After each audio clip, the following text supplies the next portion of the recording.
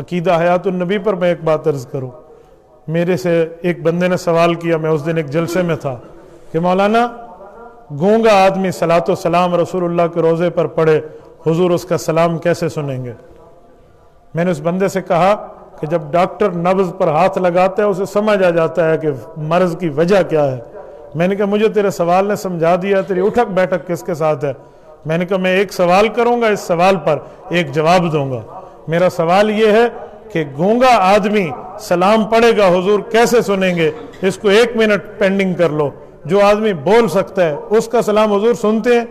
وہ کہنے لگا جی میں نہیں مانتا. تو میں نے کہا پھر گونگے اور بولنے والے کا فرق نہیں ہے، تو نے بولنے والے کو چھوڑ کے گونگے کو ہیڈ لائن کیوں بنایا؟ پھر تو دونوں کو پوچھ.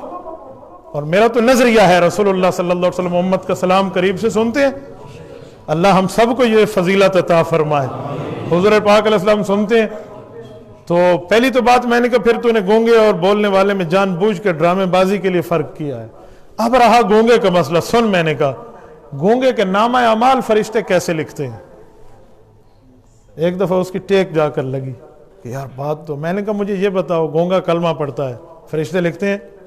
کہتے لکھتے ہیں. میں نے کہا کیسے؟ گونگا تو بول نہیں سکتا اور فرشتے تو سنتے ہیں، اور سننا وہ ہوتا ہے جو پہلے بولا جائے، تو گونگا بولے گا نہیں تو پھر سننا کیسے؟ یا کہہ دو گونگے کے کندھے پہ فرشتے نہیں ہوتے کیونکہ نہ انہیں سننا ہے نہ انہیں کچھ لکھنا ہے. چپ ہو گیا. میں نے کہا گونگے کے کندھے پہ فرشتوں کا کیا کام ہے؟ اعمال نامہ فرشتے لکھتے ہیں، بتاؤ کیا کام ہے؟ چپ ہو گیا، خاموش. میں نے کہا تیرے بس کی بات نہیں ہے اس کا جواب دینا، تیرے بس کی بات نہیں ہے، تیرے بس میں صرف اعتراض ہے. میں نے کہا اس کا جواب تو دے، روزے پر سلام پڑھنے کا جواب میں دے دوں گا، بات فائنل ہو جائے گی.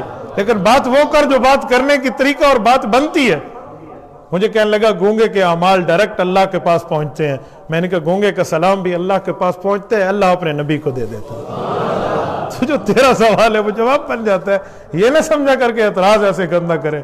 تو اس لیے عقائد پر بنیادی محنت رکھیں. عقائد پر بندے کی محنت ہو تو خدا کی قسم بندے کا معاملہ چمک جاتا ہے. اللہ آپ کو اور ہمیں صراط مستقیم عطا فرمائے.